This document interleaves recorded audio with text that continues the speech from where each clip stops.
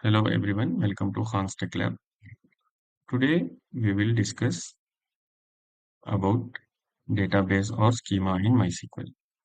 We already learned a few things like creating the schema and checking if it is already existing or not.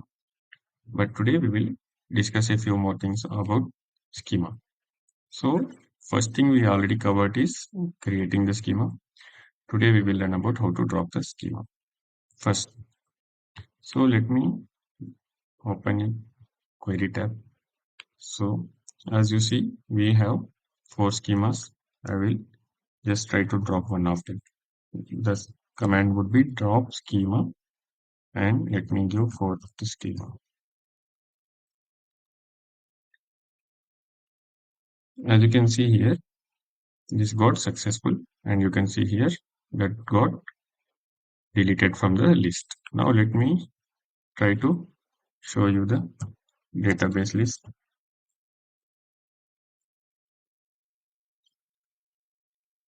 You can see here now the fourth schema is not coming. Let me try to drop second schema as well. Drop schema, second schema. Let me run it. It also got dropped. Now if I run the show databases again, as you can see, we don't find second schema. So now this way we can drop a schema or database. So we have covered second one. Now let us see how to select or use a schema. For example, I have here two schemas, first schema and sys schema. So now there is a table called employee and there is a table called sysconfig. First, I will show you if I can able to select star from employee without giving schema name. And let me run this. As you can see, we are able to fetch the results. Whereas if I can just try to select star from sysconfig, which is table belonging to sys schema. Let me try to run this. As you can see here, there is an error. Table for schema dot sysconfig does not exist. Though it is there in sysconfig, but it is trying to search it from first schema. Why? Because I had used a command called use first schema earlier. So if we use this command, so it will try to make it default. So now the default schema is first schema. So only the tables which are present or objects which are present in this schema will be queried without the name of the schema. So let me make the second one sys schema as the default schema now. And let me try to run select star from sysconfig now.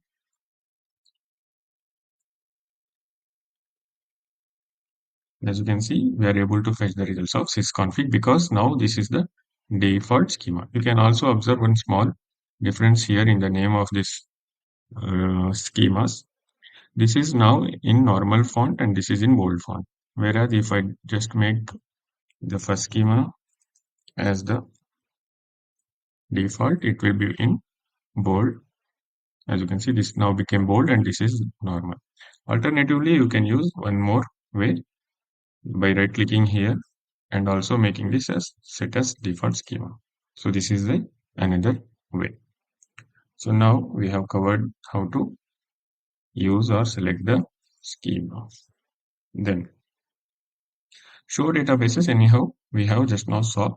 If we want to list the databases, we can just give show schemas or show databases. Both will return the same results. If I just run the same again, now we have got 1, 2, 3, 4, 5 schemas. If I just try to give databases, this will also give us the same result. So now we have covered show database as well. Then sometimes we need to export or import the schemas or databases. So there are a few ways. There are some command line utilities also. For simplicity, today we will see how to do it in Workbench. So very simple. Here you can see there is in this panel you have two things, schemas and administration. So let me go to administration. Now you have several options. Let's scroll down. Let's see what all options are there.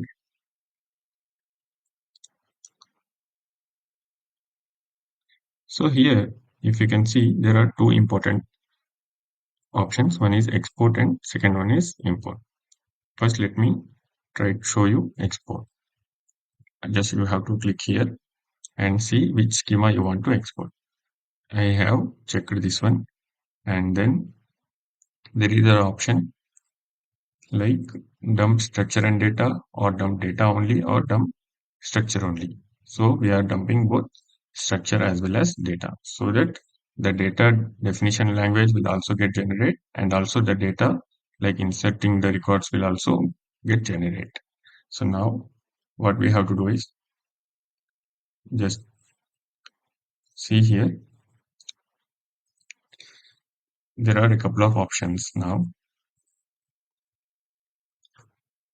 One is export to dump project folder, or export to self-contained file. This will be like for every schema, there will be each table will be exported into a separate file. So then there is one more, which is export to self-contained file. So here, let me try to pull this further.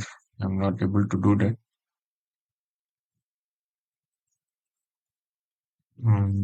Or let me check these options, create dump in a single transaction file, and also include the create schema. So now let me go to export progress and just start the export. So now you can see a dump file has been created in my machine's documents folder dumps, and with the timestamp today's date 30th April 2025, there is a dump created. Let us see if it is available or not. Just go to documents and dumps. See here the timestamp 11:54, which is actually the same time. So now here you have this dump. Let us go inside this and read this.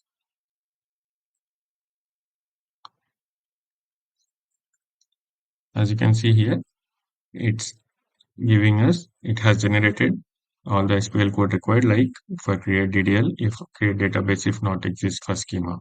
Then also tables if not, if or drop if already exists, then create again.